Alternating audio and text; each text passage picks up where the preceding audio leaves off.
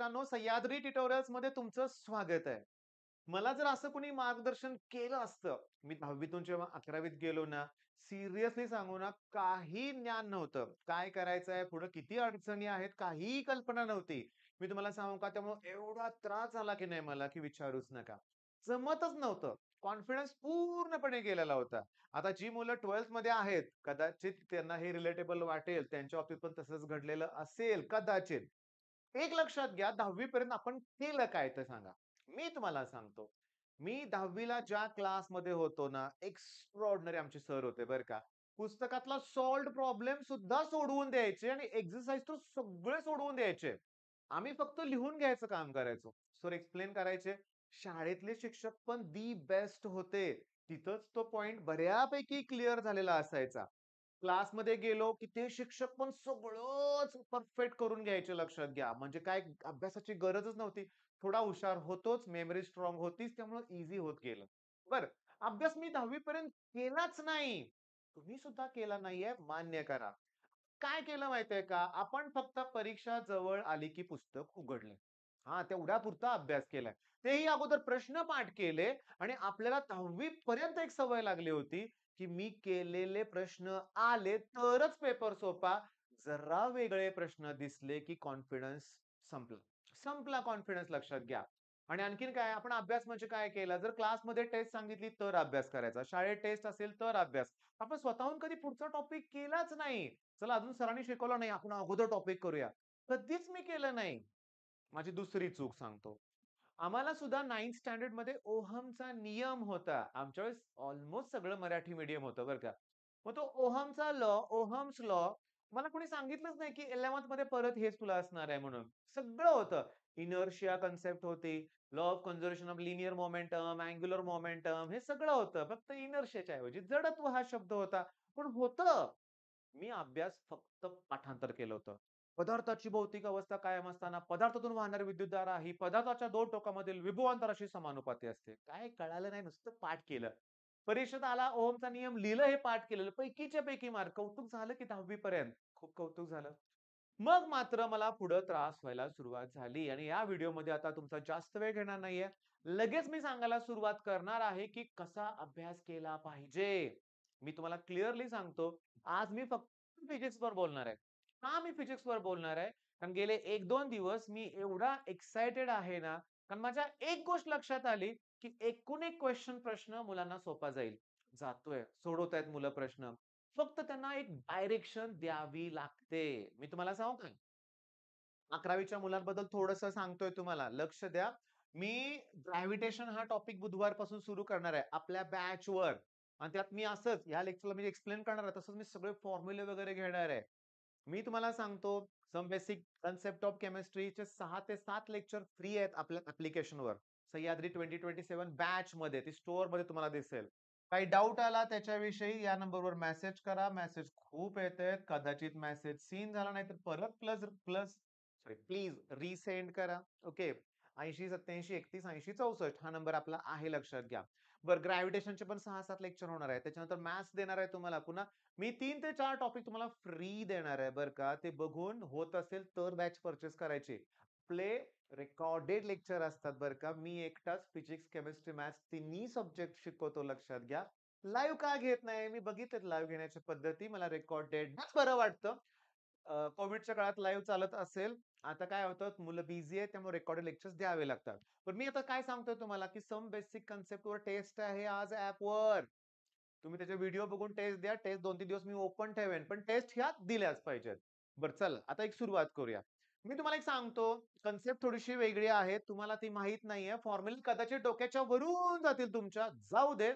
पण मी एक्सप्लेन काय करतोय बघा. मला कन्सेप्ट घ्यायची आहे अँग्युलर मोमेंटम. कन्सेप्टचं नाव काय? Angular momentum. आता अभ्यास कसा केला पाहिजे? मी तुम्हाला सांगतो. एक शब्द ऐकले की लगेच तुम्हाला काय आठवलं पाहिजे तर सांगतो सेकंड पोस्टुलेट. नील्स बोर माहिती आहे ना? मग तुम्हाला माहिती आहे ते सगळं झालं तुम्हाला 6वी पासून झालंय. रुदरफोर्ड थिअरी झालंय, थॉम्सन मॉडेल झालेलं आहे. त्याच्यानंतर डाल्टन्स थिअरी सगळ्यात अगोदर, महर्षी कनाद सगळ्यात अगोदर त्यांनी अणुबद्दल कल्पना मांडली. मग नील्स बोरचं एक सेकंड पोस्टुलेट आहे ते आहे की angular momentum is integral multiple of h upon 2 पाय. म्हणजे आता लक्षात आलं. एमव्हीआर म्हणजे कोण आहे? Angular momentum. चला अँग्युलर मोमेंटमचा फॉर्म्युला मला मिळाला. पण हे अँग्युलर मोमेंटम काढताना हे जे लिनियर मोमेंटम आहे त्याला आर न मल्टिप्लाय केलेलं आहे. मग एमव्ही हे कोण आहे? Linear momentum. थांबा ना, मी अजून तुम्हाला सांगणार आहे. लक्ष द्या व्यवस्थित. व्यवस्थित लक्ष द्यायचंय. की angular momentum that equals to moment of inertia into angular velocity. मी स्टार्टलाच सांगतोय. तुम्हाला 11वी मी आत्ताशी 11वीत आलाय. तुम्हाला हे फॉर्म्युले माहीत नाहीयेत किंवा इव्हन 12वीतल्या स्टुडंटला सुद्धा हे फॉर्म्युले माहीत नसणार आहेत. पण मला हे घ्यायचंय थोडंसं. अँग्युलर मोमेंटमचा दुसरा फॉर्म्युला मिळाला की रे मला. I omega. तर जे एक रोटेटिंग ऑब्जेक्ट असतो ना बघा, हा लिनियर ऑब्जेक्ट आहे. त्याच्या कायनेटिक एनर्जीचा फॉर्म्युला तुमचा तोंड पार्ट आहे. Half MV square. पण रोटेशनल कायनेटिक एनर्जीचा फॉर्म्युला असतो half i omega square. Half i omega square हा कशाला इथं दिला मी रोटेशनल कायनेटिक एनर्जी? मला तर अँग्युलर मोमेंटम घ्यायचं होतं. काम करतो. मी याला आय न मल्टिप्लाय करतो. आय म्हणजे मोमेंट ऑफ इनर्शिया, करंट नाही बरं का. आणि आय न डिव्हाइड करतो. चला डिनॉमिनेटर मध्ये कोण झालं रे सांगा? 2i. I into I, I square. मध्ये कोण आहे? Omega square. मग मला कायनेटिक एनर्जीचा फॉर्म्युला मिळाला. तो असा आहे हाल्फ किंवा 1/2 आहे. आणि वरती मी एल स्क्वेअर लिहितोय. आय ओमेगा म्हणजेच एल. मग आय स्क्वेअर ओमेगा स्क्वेअर म्हणजे कोण आहे? L square. मग अजून मी घेणार आहे. जर मी ऑर्बिटल मॅग्नेटिक डायपोल मोमेंट, आता हे मॅग्नेटिझम मध्ये गेलोय आपण. त्याला जर मी अँग्युलर मोमेंटम न डिव्हाइड केलं, तर मला ई अपॉन ट्वाइस एम मिळतं. मास ऑफ इलेक्ट्रॉन आहे बरं का. आणि ह्याला म्हणतात गायरोमॅग्नेटिक रेशो. गायरोमॅग्नेटिक रेशो. म्हणजे मी काय केलंय, की एक कन्सेप्ट ही टॉपिक मध्ये आहे, हे सगळं मला आठवलं पाहिजे. ही मेन रिक्वायरमेंट आहे सीईटीची. मेन. सगळे फॉर्म्युले तुम्हाला आले पाहिजेत बाळांनो. आता बुधवारी जेव्हा आपण ग्रॅव्हिटेशन स्टार्ट करू, सह्याद्री 2027 या बॅच वरती, तुम्ही फॉर्म्युलेची लिस्ट बनवायला सुरुवात करायची लक्षात घ्या. आता मी बाजूला सरकतोय. तुम्हाला हे फॉर्म्युले लिहून घ्यायचे आहेत. मी असं इमॅजिन करतोय, की तुम्ही स्क्रीनशॉट काढलाय, फॉर्म्युले आहे तुमच्याकडं आणि याच्यानंतर मी तुम्हाला 1 मिनिटाचा वेळ देतोय आणि ही जी आहे ना, हे जे काय आहे तो क्वेशन तुम्हाला मी सॉल्व्ह करायला लावतोय. मी तुम्हाला सांगतो, माझ्या एका स्टुडंटचाच आहे हा. त्याला 99 पेक्षा जास्त पर्सेंटाइल आहे. पण करेक्ट ऑप्शन 195 आणि त्याचा आहे 198 याचा अर्थ त्याचं चुकलंय. त्यानं हातातला मार्क घालवलाय. होतं. सिली मिस्टेक्स होतात. पण मी तुम्हाला क्लिअरली सांगू का? त्या स्टुडंटचा सगळा पेपरच तुमच्याशी डिस्कस करू वाटतोय मला. पेपर कसा असतो मला मी दाखवेन. ॲक्चुअली ही रिस्पॉन्स शीट आहे बरं का. म्हणजे सीईटीचा पेपर झाल्यानंतर तुम्हाला अशी रिस्पॉन्स शीट मिळते. म्हणजे तुम्ही काय उत्तर दिलं होतं, करेक्ट काय सगळं कळतं. पण ते डाउनलोड करून घ्यावं लागतं हे लक्षात घ्या. नाही केलं तर मुलं मग थापा मारतात. मला 110 पडले होते, पण 30च पर्सेंटाइल पडले, 104 पडले होते, 40च पडले. पण दाखव ना रिस्पॉन्स शीट. त्यावेळेस ती नसते त्यांच्याकडे. खोटं बोलतात. ते जाऊ दे. सोडवलं का बघा तुम्ही? बरं.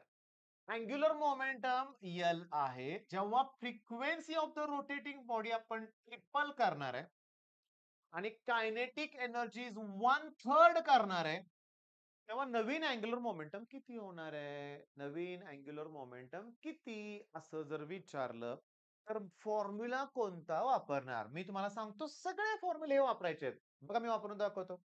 अँग्युलर मोमेंटम बद्दल विचारलं ना, चला हा फॉर्म्युला वापरूया. I omega. पण ओमेगाचा फॉर्म्युला असतो 2 पाय इंटू फ्रिक्वेन्सी. ओमेगाचा फॉर्म्युला असतो 2 पाय इंटू फ्रिक्वेन्सी. तर फ्रिक्वेन्सी जर मी काय केलंय, ट्रिपल केलंय, तर अँग्युलर मोमेंटम सुद्धा ट्रिपल होणार. ट्रिपल होणार. पण कुठं ऑप्शनच नाहीये. ऑप्शनच नाहीये. का? कारण अँग्युलर मोमेंटम ह्या एल वर पण डिपेंड आहे. आता कशी डिपेंड आहे? तर मी तुम्हाला सांगतो, समजून घ्या. मोमेंट ऑफ इनर्शियाचं मी इथं काय करतोय बघा, नीट लक्ष द्या. हे मी ट्वाइस आय इकडं घेतोय. काय घेतोय मी? Twice I. म्हणजे तुमच्या एक लक्षात येतंय का रे, की मी काय म्हणतोय? कायनेटिक एनर्जीचा जर फॉर्म्युला तुम्ही जर बघितला, तर तुम्हाला त्याच्यामध्ये पण अँग्युलर मोमेंटम दिसतंय. पण इथं पण तुम्हाला दिसतंय ना. तर मी तुम्हाला सांगतो, तर मी जरा काय करतोय बघा, थोडासा बदल करतोय. हे तर राहू दे बाजूला. मी असं करतो, की एम-व्ही-आर बरोबर आहे. मी याला व्ही न मल्टिप्लाय करतोय आणि व्ही न डिव्हाईड करतो. ओके, व्ही न मल्टिप्लाय करतोय, व्ही न डिव्हाईड करतो. V equals to R omega माझ्याकडे फॉर्म्युला आहे. म्हणजे चला मला आर अपॉन व्ही पाहिजे असेल तर 1 अपॉन ओमेगा घेतलं पाहिजे. आता मी काय करतोय बघा, 2 न मल्टिप्लाय करतोय, 2 न डिव्हाइड करतोय आणि एम व्ही इंटू हे वरचं व्ही, व्ही स्क्वेअर होणार आणि मला इथं आर अपॉन व्ही मिळालं. म्हणजे मग अँग्युलर मोमेंटम मला 2 इंटू कायनेटिक एनर्जी मिळाला. हाफ एम व्ही स्क्वेअर लक्षात घ्या आणि इंटू आर अपॉन व्ही मिळालं लक्षात घ्या. पण आर अपॉन व्ही म्हणजे मला माहित आहे ना 1 अपॉन ओमेगा. आता शांतपणे बघा मग L equals to twice kinetic energy आणि ओमेगा म्हणजे 2 पाय इंटू फ्रिक्वेन्सी. मग ही अँग्युलर मोमेंटम कायनेटिक एनर्जीला डायरेक्टली प्रपोर्शनल आहे, फ्रिक्वेन्सीला इन्व्हर्सली प्रपोर्शनल आहे. मग फ्रिक्वेन्सी 3 टाइम्स केलं की हे 3 टाइम्स कमी होणार आहे. कायनेटिक एनर्जी ऑलरेडी 1/3 केली. त्याला तर ते डायरेक्टली प्रपोर्शनल आहे. मग कायनेटिक एनर्जी 1/3 केलं तर एल सुद्धा 1/3 होणार आहे लक्षात घ्या. मग फ्रिक्वेन्सी वाढवली की एल कमी होणार. फ्रिक्वेन्सी 3 पट केली की हे 3 पट कमी होणार. कायनेटिक मुळे पण 3 पट पण टोटल 9 टाइम्स ते कमी होणार आहे हे आन्सर आहे. आता तुम्हाला हे थोडंसं कठीण वाटेल. असू दे, काही हरकत नाही. पण मला पॉइंट काय सांगायचं होतं, हा तो पेपर आहे. हा असा पेपर आहे लक्षात घ्या आणि इतका सोपा आहे. हे एलसी सर्किट आहे. मी हा क्वेश्चन थोडासा क्रॉप करून घेणारच आहे बरं का. जरा लक्ष द्या बघू आता. हे जे एलसी सर्किट जे आहे, हा जो क्वेश्चन आहे, ओके. इथं त्या स्टुडंटचं आलंय बरं का बरोबर. भरपूर क्वेश्चन त्याचे बरोबर आहेत. काही सिली मिस्टेक झालेत ते जाऊ दे फक्त. ओके. बघा हा क्वेश्चन आता. मी तुम्हाला सांगतो, इथं रेझोनंट फ्रिक्वेन्सीचा एक फॉर्म्युला असा आहे 1/2 पाय अंडर रूट एलसी. याचा अर्थ ही जी फ्रिक्वेन्सी आहे ती रूट एलसी ला अशी प्रपोर्शनल आहे. Inversely proportional to square root आहे. शार्पपणे बघा, इंडक्टन्स 4 टाइम वाढवलाय म्हणजे हे चौपट केलंय. कॅपॅसिटन्स 8 टाइम्स वाढवलाय. म्हणजे हे 8 4 जा किती रे? 32. 8 चोक 32. मग 32 रूट मध्ये असेल त्याचे फॅक्टर्स 16 गुणिले 2 होणार आहे. म्हणजे 1/4√2 येणार. ऐका ना, या व्हॅल्यू वाढवल्यात म्हणजे एफ कमी होणार आहे. म्हणजे एफ अपॉन आन्सर येणार आहे. अँग्युलर फ्रिक्वेन्सी विचारलंय. ओके. एफ बघा ओमेगा म्हणजे 2 पाय एफ. मग ओमेगा एफ ला प्रपोर्शनल असणार आहे. म्हणजे एफ मध्ये जो बदल होणार आहे तोच ओमेगात होणार आहे. आणि तो होणार आहे 1/4√2. हे आन्सर करेक्ट आहे. ओके. Omega upon 4√2 72 72. अरे एकाच पेपरमध्ये तुमच्या लक्षात आलं का? सोडवायचं काही नाहीये. व्हॅल्यू काय पुट करायचे नाहीयेत. पण 10वी पर्यंत आपण तेच केलंय ना. कॅल्क्युलेशन्स केलंय. 12वी बोर्डच्या एक्झामला मुलं तेच करतायत. धड्याकाळचे न्यूमेरिकल सगळे सॉल्व्ह करायचे आणि पण सीईटीत ना असे वेगळेच प्रश्न येतायत ना असे. रिलेशन्स विचारतायत. हे का न्यूमेरिकल आहे का? नाही आहे. या सरफेसच्या आत जो चार्ज आहे त्याच्यावर तो इलेक्ट्रिक फ्लक्स डिपेंड आहे. या सगळ्यामध्ये चार्ज जर सेम असेल तर इलेक्ट्रिक फ्लक्स पण सेमच असणार. सेम फॉर ऑल फिगर्स 77-77 उत्तर बरोबर आहे. सर बघत गेला आपण ना सिंपल एलसीआर अरेंजमेंट आहे. सगळे प्रश्न सिंपल आहेत रे बाळांनो. सगळे प्रश्न सिंपल आहेत. तुम्हाला फक्त काय करायचंय माहितीये का? Energy stored in the inductor half L I square. पटकनच्या पटकन तुम्हाला फक्त हे असे फॉर्म्युले आठवले पाहिजेत. पण प्रॉब्लेम कुठे आहे ते सांगतो. लक्ष द्या. आता मी सांगतो काय ते बघा. मी पहिला क्वेश्चन सॉल्व्ह करायला घेतला फिजिक्स मधला. मी वाचल्यानंतर पहिला आठवायला वेळ लागतोय मला. अरे कुठला टॉपिक आहे? फॉर्म्युला कोणता आहे? आठवला, सोडवला. त्यानंतर नेक्स्ट क्वेश्चन मी घेतोय ना, पुन्हा तीच प्रोसेस फॉलो करावी लागते, की कोणता टॉपिक आहे? आता काय केलं पाहिजे? कुठला फॉर्म्युला? मग ह्यात वेळ जातोय.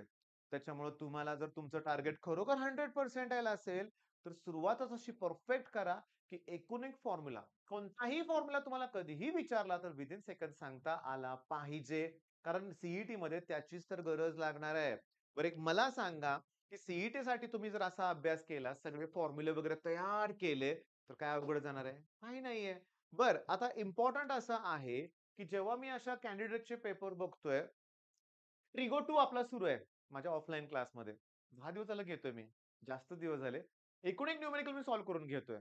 पण एक कॉन्फिडन्स आलाय. आता ह्याच्या बाहेरचं काही येणारच नाहीये. रिअॅलिटीमध्ये तसंच होतंय, की कुठलाही पेपर काढला, रिस्पॉन्स शीट बघितलं, ट्रिगोचा प्रॉब्लेम तर पुस्तकातलाच आहे लक्षात घ्या. आहे तसा आहे. मग टेक्स्टबुक इम्पोर्टंट आहे. फिजिक्सच्या पुस्तकातले प्रॉब्लेम एक लक्षात घ्यायचं प्रॉब्लेम सॉल्व्ह करताना टिपिकल तेवढाच प्रॉब्लेम नाहीये. तो कन्सेप्ट डोक्यात ठेवून काय आणखीन त्याप्रमाणे दुसरा कुठला प्रॉब्लेम आला तर कंडिशन्स ओळखता आल्या पाहिजेत आणि जमलं पाहिजे. आणि अगदी सुरुवातीपासून ऑर्गॅनिक स्टार्ट करा. सुरुवातीपासून परफेक्टली ऑर्गॅनिक करा. All the best.